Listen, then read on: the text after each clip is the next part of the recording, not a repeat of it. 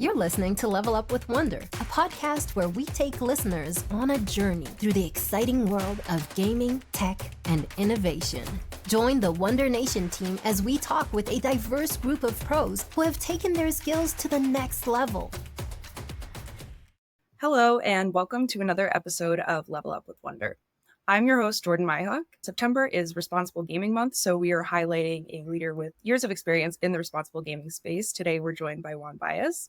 Juan Baez is currently the Responsible Gaming Program Manager for Rush Street Interactive.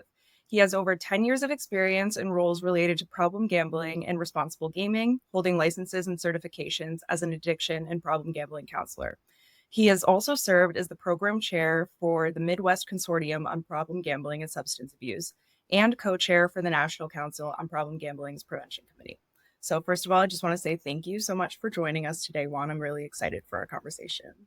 Thanks for having me, Jordan. Excited to be here. Cool. So we'll just start by going into your background. So can you tell us a little bit about your background? How did your career begin? And what were some pivotal moments? Sure. So I started my professional career working in community mental health. I started as a targeted case manager working in community-based services. That was services for kids and youth, managing their cases, writing treatment plans, things of that nature, working sometimes directly with the youth in a personal direct basis. And did that for a couple years and then went on to work in the casino industry, in a land-based casino. There was a new casino that was opening in the area in Dodge City, Kansas.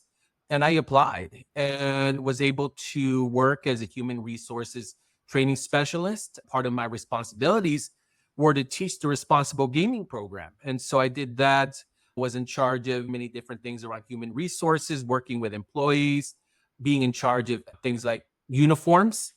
And actually some time after doing that for a couple of years, I also worked as a table games dealer for a short period of time. I think that was really educational to me in the sense that I knew what the problem looked like from a problem gambling perspective. I knew theory, I knew the educational portion of it. However, to be able to see it on a gaming floor was really educational and eye-opening to me. Even though most people do this for fun, and that is ultimately the goal, there are some people who gamble who will experience some sort of issue with it. So I was able to see that and was able and tried to help these people sometimes. And that really helped me to learn. After that, I actually applied for a position with the state of Kansas as a problem gambling specialist. And part of my responsibilities were to work in community prevention, educating the public at both the state and local levels. I did that for quite a while, close to 10 years. That's when I was really exposed on a day-to-day basis on working full-time around problem gambling and responsible gaming. After that, I moved to the Las Vegas area and I started working for a company called Kindred Group as the responsible gaming manager for North America. Did that for about a couple years, then was able to earn this role with RSI as the responsible gaming program manager. I've been doing this since February of this year of 2024. Been learning a lot, been working with my coworkers a lot. There's an investment in RG within this company. It's been a transition over time and a lot of different experiences that have led me to this. That's awesome. I think that you have a really interesting path kind of going from that community mental health role to more of the corporate gaming role. Did you always want to pursue a career in gaming, or was that just something that you kind of fell into? It was honestly something that I fell into. When the state-owned casino opened in Dodge City, Kansas, I looked at it as an opportunity. I loved working in community mental health, but part of me just felt like it was time for something different. I liked the gaming industry. It was something that felt very natural. I think there's a certain level of excitement that goes with the industry, and it's a very tight-knit community. Once you build your reputation where people know you, you could really advance within the industry. I think that was part of the reason why it was exciting, and it was something that, even though I fell into it, I really enjoyed. Yeah, I think that that's really cool. Did you face any challenges transitioning into that role from such a different space? Yes, I mean, there was its own unique set of challenges. I mean, working in state government, there's some things that happen working within the political spectrum and some of the things that happen in fluctuations and in policies that you deal with whenever working in government. But overall, I think it just came down to trying to move forward and continue on what had led me to some measure of success, which was trying to be good to people. So yeah, there were some changes, but overall, I think it still comes down to being able to work well with people. That's perhaps the most important thing when dealing in a professional career or just with any workplace. So you also hold an addiction license. Can you share what sparked your desire to do this work and what impact it's had on you? Sure. Yeah, absolutely. I currently hold a licensed addictions counselor, a license in the state of Kansas. I also hold a certified gambling counselor certification in the state of Kansas as well. It was something where I enjoy helping people. Ultimately, I think that that's what drives me in my personal life as well as my career. And so I think being exposed to that, to people who had experienced addiction, maybe having my own issues to deal with throughout my life, it was just interesting working in what I did in prevention. There was a lot of people that I knew within that particular job role that were addictions counselors that had dealt with their own issues around addiction. And it was just something that I wanted to do. And once I got that license and certification, then I was able to work part time for about a year in a community addiction center for treatment of people experiencing some sort of addiction issue. Did that for about a year part time. And it was something where really getting exposed to it and working with people experiencing the issue, it was so eye opening and something that was so personally satisfying and really brought out a lot of passion in what I do. It's something that I feel really helped me to transition to RG and think about it from a clinical perspective, from a brain disorder perspective. This is something that affects your health, and to implement programs and policies and strategies that can help people. Yeah, I was going to say, I think that that gives you a really unique perspective coming into the gaming space, like having that background, like I Mhm. had said earlier, but it's really cool work. Thank you. Yeah, I'd like to think so. So I know that you have also been the chair for the Midwest Consortium on Problem Gambling and Substance Abuse and co-chair for the National Council on Problem Gambling's Prevention Committee. Could you talk a little bit about the work that you did in those roles? Sure. So, with the Midwest Consortium on Problem Gambling and Substance Abuse, the major focus of that organization was to put on a yearly conference, the Midwest Conference on Problem Gambling and Substance Abuse. And it was a consortium of 5 states in the Midwest. I was in charge of leading the program committee to put together presentations, put together things like the menu for the conference, where the conference would be, that sort of thing. Also, there was some things on the side that the consortium did, like helping train counselors within the region. Was something that I did quite a few years and was able to work my way up from secretary to just a general board member to the program chair. It was something that I enjoyed doing. It was something where I met a lot of good people and got some really good experience and just helped build my career.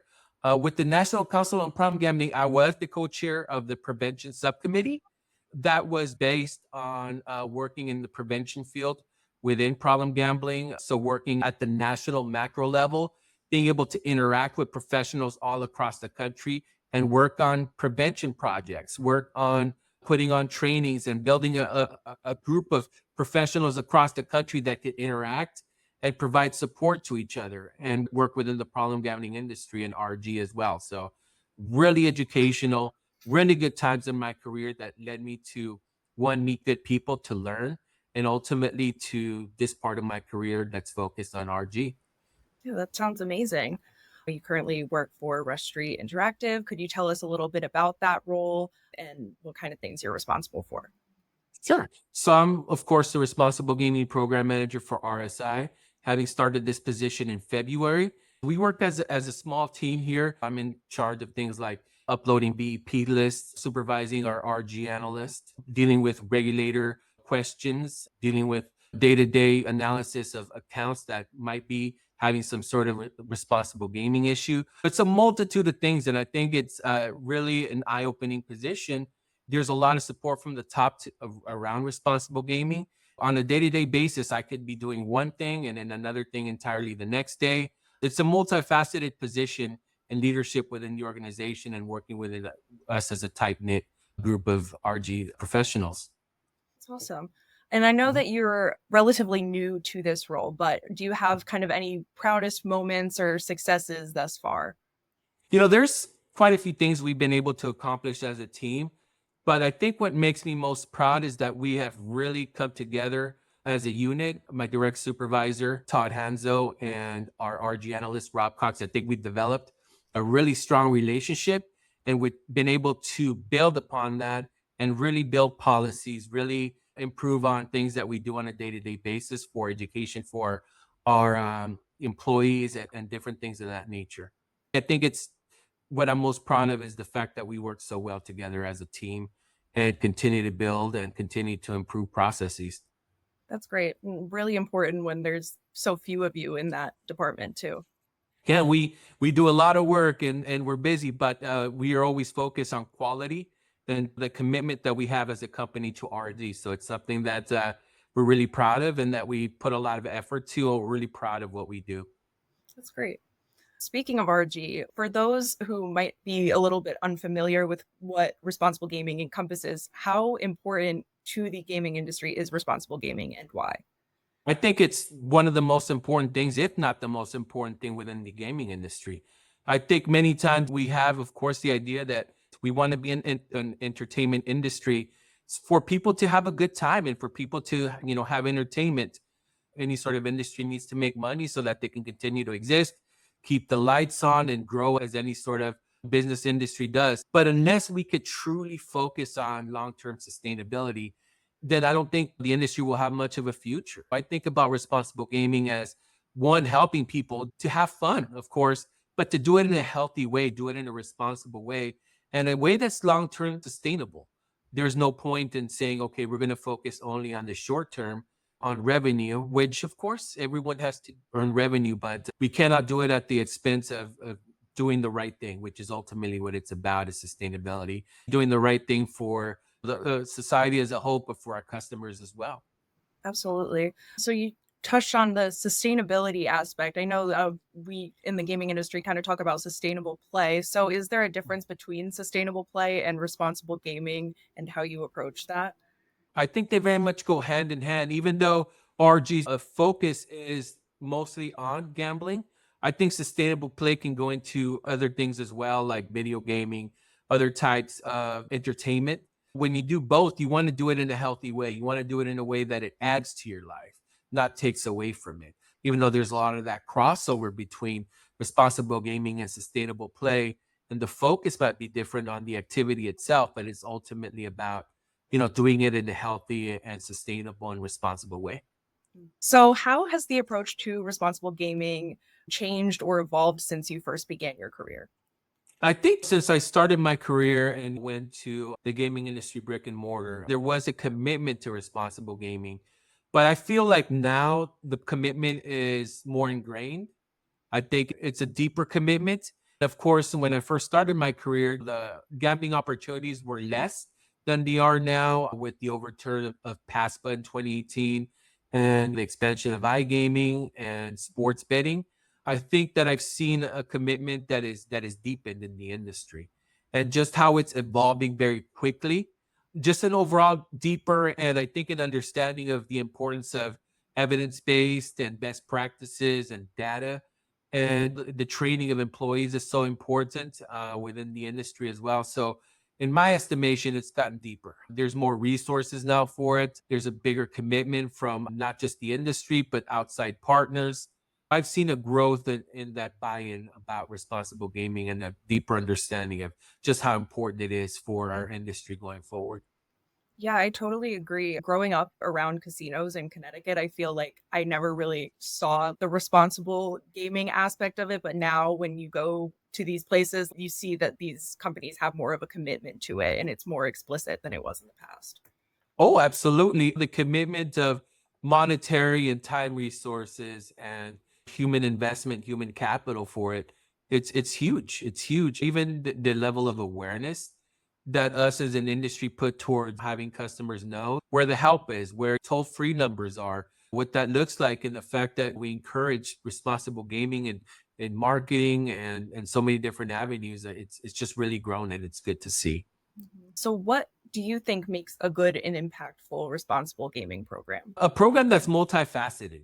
There's not just one thing that will contribute to a good RG program, but it's many different things working in tandem to lead to good outcomes. I think a certain level of training for employees so that there's improvement in that buy-in, as well as something more in depth and training for customer facing staff. I think that collaboration portion, being willing to work with other resources outside of you as an operator, working and really using data to your advantage. There's that sort of working with people and customers in a positive way, but there also needs to be hard data and evidence base behind that. So using, multiple amounts of things to be able to implement it into your program is very important. So, what do you think operators should be doing more of to make gaming safer for players? And does that differ for people that are gaming land based versus online? I think that needs to continue to be an investment in research to build upon evidence base and best practices is so, so important. And that's something that I've seen within the industry is that focus on building and investing in research. Collaboration, I think is so important to share whatever resources are created by a certain operator or a certain segment of the industry. There's a lot of differences at times, but within land-based and iGaming, ultimately it's about helping people and educating. It's multiple things that we can continue to improve on as an industry, of course, offering tools to players, building upon marketing and in making sure that marketing is done in a responsible way so that players are well educated, but also know exactly what they're engaging in. Of course, making sure that only people of age, adults can engage in gambling or at the proper age legally. Continue to commit to the legal gaming market so that there's protections for players. Multiple things I think that we can continue to improve. And I think even though that commitment has grown, I think there's still a lot of room for growth and continued improvement. And so it's something that as an industry, we need to commit to, not just as individual operators, but as an industry as a whole. Absolutely. And have you seen technology kind of playing a role in facilitating more responsible gaming practices as time has gone on? Oh, absolutely. In today's world where we have such a rapidly developing set of technology around AI, and being able to be proactive in working with individuals who might be experiencing a gambling problem and to be able to identify those based on AI and different types of technologies so that we can do outreach to players, so that we can educate them, so that we could potentially prevent a problem before it becomes full blown. And so I think that that's very important. And to be able to use these technologies and continue to evolve and continue to implement them is so, so important. Mm, absolutely. So, when we talk about responsible gaming, it's typically associated with real money wagering and sports betting, but Mhm. we also know that casual and social players can experience problem behavior as well. So, do you have any thoughts on that topic? Oh, absolutely. When you're talking about free to play, social casino games, any type of video game where there's this thought that it's completely apart, but there's a lot of things that cross over between gambling and gaming. It really deals with our brains and into the dopamine process of feeling good, of engaging in these type of behaviors that are supposed to be entertaining, and they are entertaining for the vast majority of the population.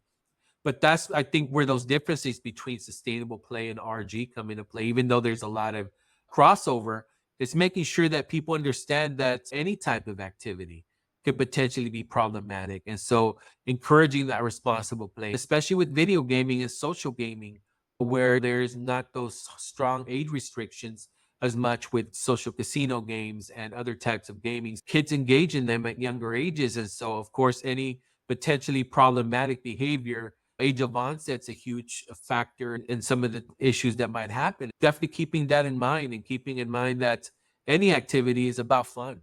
And if you're no longer having fun and it's affecting your life in a negative way, then it's definitely something to keep in mind and educating not just customers, but others who engage in gambling or social casinos or just video gaming as a whole. Do it in a responsible way. It's about education and it's about seeing those crossovers and the fact that it's important to keep in mind and educate customers and others that they could potentially cause some sort of harm if not done responsibly.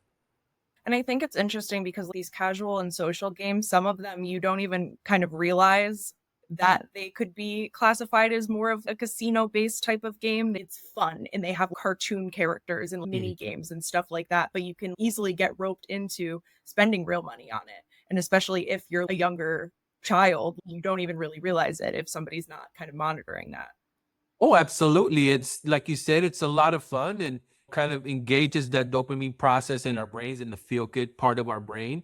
But ultimately, it can lead to doing it too much, spending exorbitant amounts of real money to continue to play these games. Trying to help people and doing it in a responsible way is very much RG related. And I think it ultimately comes down to prevention of problems, prevention of issues that it could cause to people. We're not just talking about gaming and gambling. We can talk about other types of substances like alcohol or tobacco or even illegal drugs, where if it's something that you're doing too much and it's causing negative things in your life, then you want to think about whether that's something you want to continue to do, or think about it from a harm reduction perspective, where if it's causing issues and you can potentially get to a better place where you have a more healthy relationship with those type of activities, then that's a good thing as well. I think recovery and staying healthy is very individual.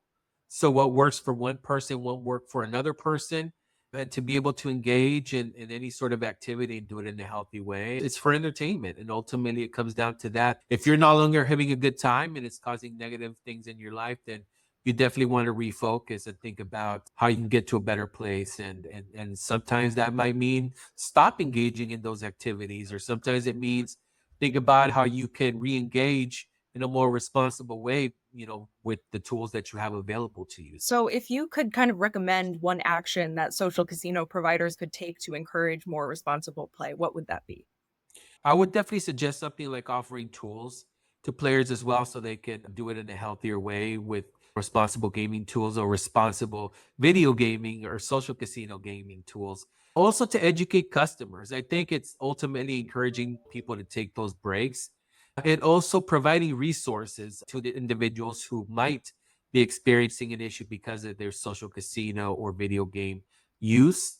There are those resources that exist. So being able to have those and refer customers onto them, do some player education, also protect young people.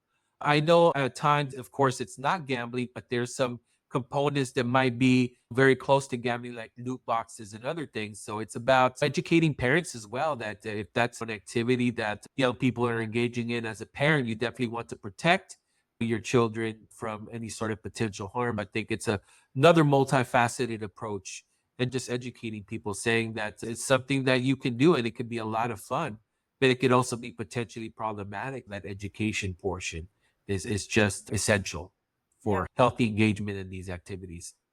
Yeah, very important. So you touched a little bit on video gaming briefly, but you used to have a certification in video game addiction. So how did that come about and how was that kind of different from what you do now? How was it the same?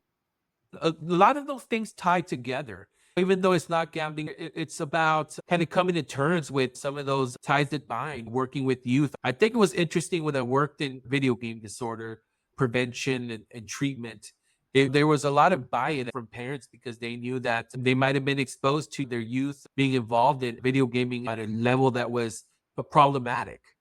It was very interesting because there was a lot of commingling, I think, with gambling and video gaming, even though they're not the same. It plays into technology and engaging in activities that feel good, but could lead to issues down the line. Doing some of that community prevention, doing some of that engagement and treatment, it's very, very much tied together. How do you see responsible gaming and problem gambling programs changing over the next few years? Are there opportunities or challenges that you anticipate? I think as far as change and where the industry is headed to, I see good times ahead in the sense of investment and buy-in into the RG issue. I see a lot of collaboration within different operators and different organizations that are being created, and an investment in research around best practices and what works and what doesn't work. I think intuitively sometimes we think that if we're implementing something into our programs, it just feels like it's the right thing to do. Our data might say, no, this is not very effective. And so I think to continue to grow, implement AI into working with customers and getting ahead of the issue, responsible marketing, I think has been a huge focus for the industry as of late. So continued use of responsible marketing, making sure that people use legitimate and legal operators for customer protection. What I see is just a continued investment in RG. And of course, with the growth of the industry and sports betting and other types of activities that are not gambling, like social casinos or video games. I think that people understand that we need to do it in a healthy way. It's just that investment and resources is where I see this going. I'm excited for what could happen and ultimately help those individuals who experience a problem, refer them on to resources that if they need treatment, if they need other types of resources that they can get them and they know where to get them. As an operator and as operators, just being that conduit for doing these things in a healthy way and thinking about it outside of revenue, but just simply doing the right thing and helping our customers to engage in a healthy way. Absolutely. So, kind of thinking from a more personal level, what is the legacy that you hope to leave behind as a leader in your current role and beyond? Good question. I definitely want to feel that I contributed to the RG field as a whole, but that I worked with integrity, that I worked and built some good relationships. What you can do within, sort of the macro level RG field is just leave it a little bit better than when I first engaged in it and build a good RG program and continue to build a good RG program within my current workplace and build those relationships, working with integrity, leaving the field a little bit better than I found it, then continue to grow and to continue to improve our processes as not just an operator, but as an industry as a whole. That's awesome.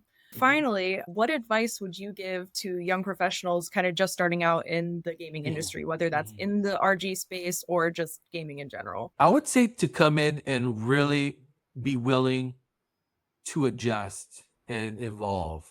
I think sometimes we get stuck in the same old, and everything evolves so quickly. And everything evolves in a way that what was real and what was happening just a couple of years back is not the reality of what's happening now. Also, I think this is just so important to know that you can have all the knowledge in the world. You can have all the tools available at your disposal to implement things that you think are important or that are important. But ultimately, it comes down to people.